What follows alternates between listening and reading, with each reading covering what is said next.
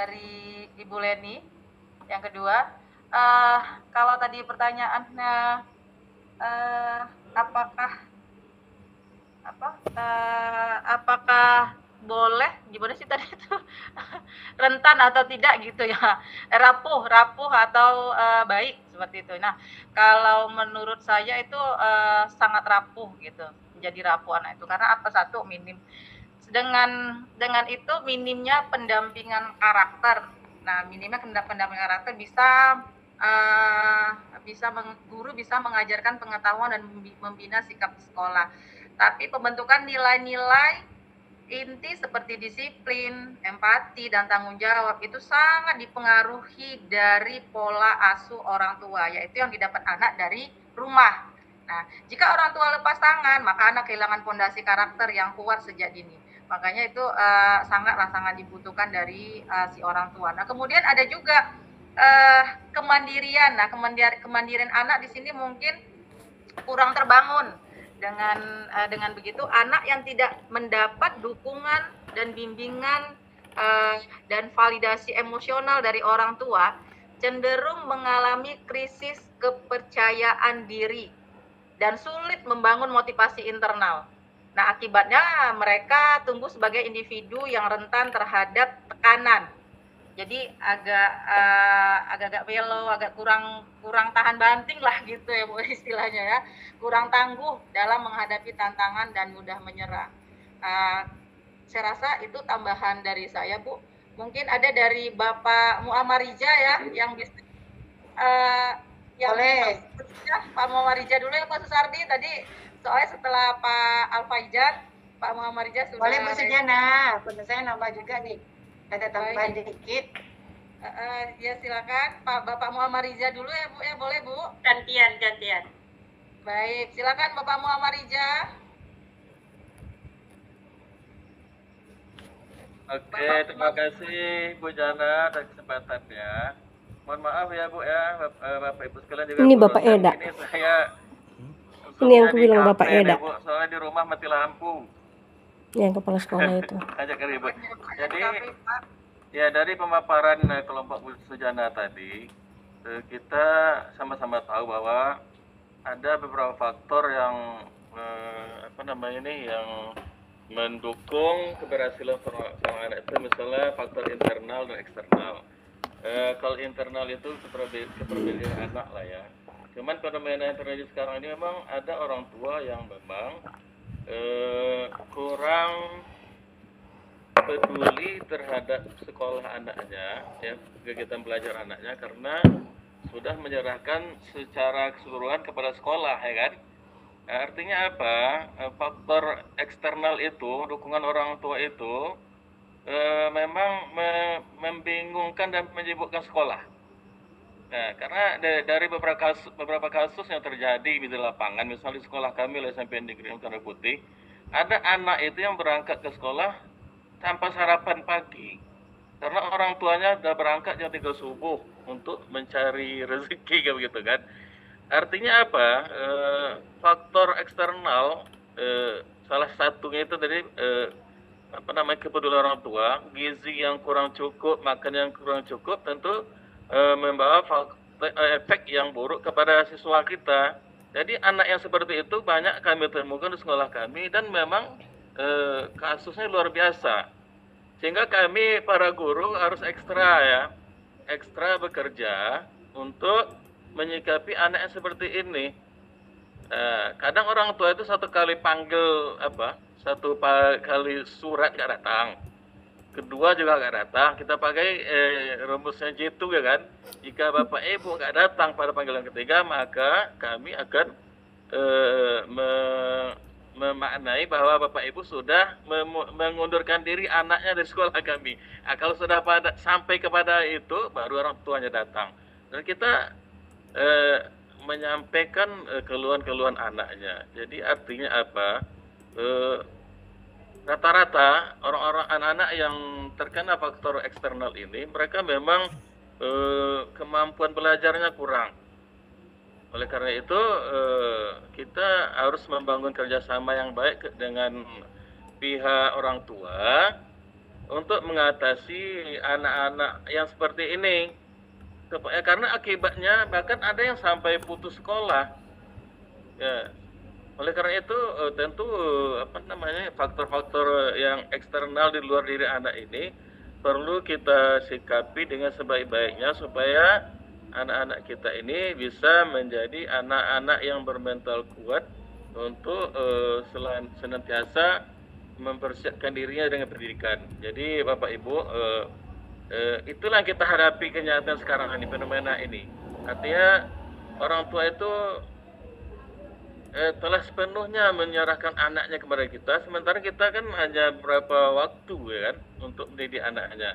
Artinya apa, ke depan perlu kita kerjasama untuk membangun komunikasi yang baik dengan orang tua. Itu mungkin tanggapan saya, Bu Jana. Terima kasih. Assalamualaikum warahmatullahi wabarakatuh. Waalaikumsalam warahmatullahi wabarakatuh. Terima kasih kami ucapkan kepada Bapak Muhammad Rijal. Boleh tambahan Bu Jana? Silakan Ibu Azizah. Masih ingin menanggapi pertanyaan nomor 2 ya Bu ya, pertanyaan dari Ibu Leni. Ya. Baik, ya, dari Bu Leni. Silakan Bu Azizah. Ya, Bismillahirrahmanirrahim. Assalamualaikum warahmatullahi wabarakatuh.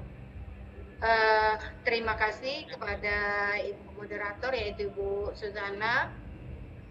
Ini sekedar menambah ya, benar yang telah dikatakan beberapa rekan kita tadi, bahwa jika orang tua hanya menyerahkan tanggung jawab pendidikan hanya kepada seorang guru tanpa melibatkan orang tua, maka dalam proses pendidikan ini dapat mengakibatkan atau berdampak pada perkembangan anak yang dianggap sebagai bagian dari generasi yang rapuh. Nah, benar tadi yang telah diungkapkan oleh Ibu Yeti Aryani, saya juga setuju tuh. Nah, contoh orang tua yang tidak terlibat dalam pendidikan anak ini dapat menyebabkan kurangnya bimbingan pengawasan yang tepat, sehingga anak mungkin tidak dapat atau anak mungkin tidak mendapatkan pengarahan yang cukup untuk mengembangkan keterampilan ataupun karakter yang baik. Nah, ini pertama contohnya. Kemudian lagi, anak yang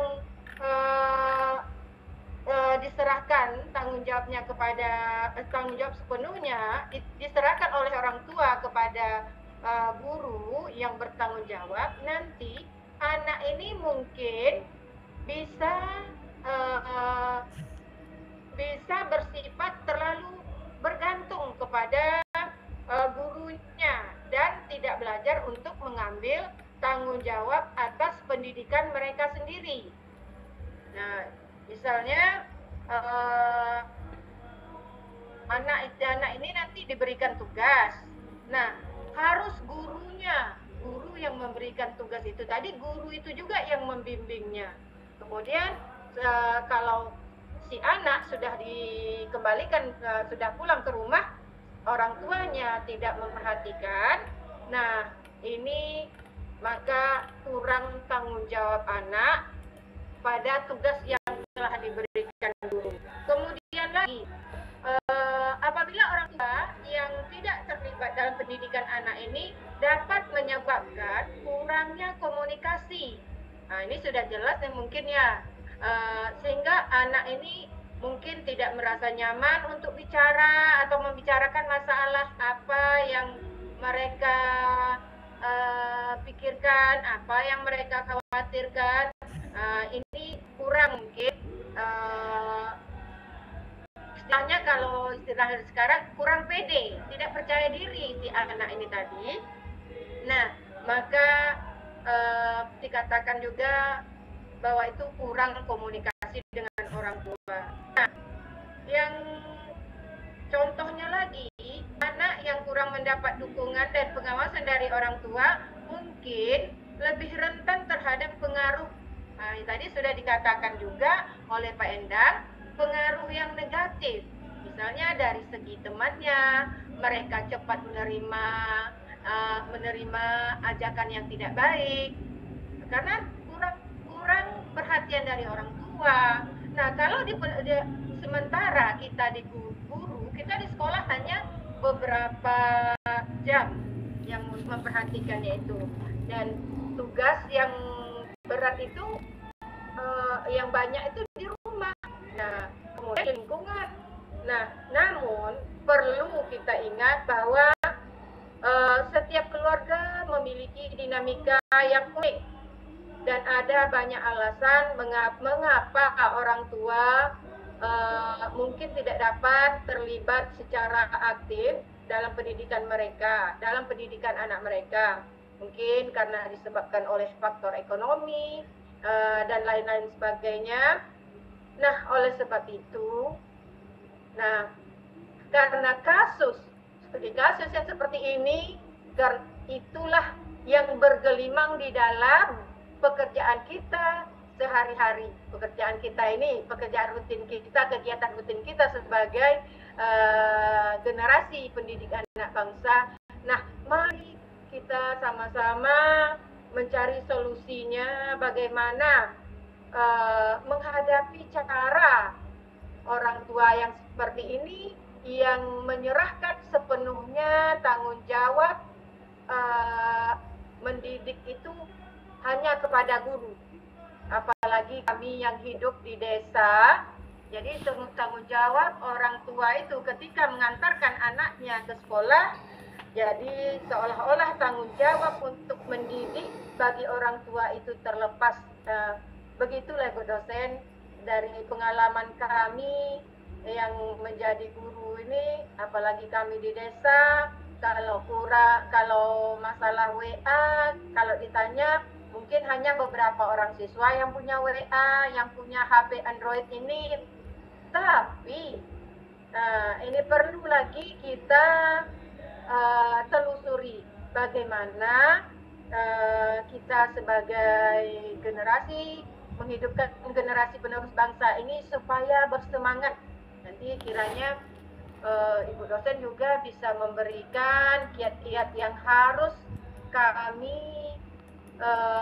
kami tempuh dalam menghadapi orang tua yang seperti ini. Ya, sekian dari saya. Penjelasan sedikit, bukan penjelasan, boleh tambahan ya Bu Sujana, penjelasan dari saya atas pengertian dari Bu Sujana tadi. Saya ucapkan ribuan terima kasih, dan juga atas dan kawan-kawan saran dari Pak Ibu tadi juga sangat bagus. Ya, sekian dan terima kasih. Assalamualaikum warahmatullahi wabarakatuh.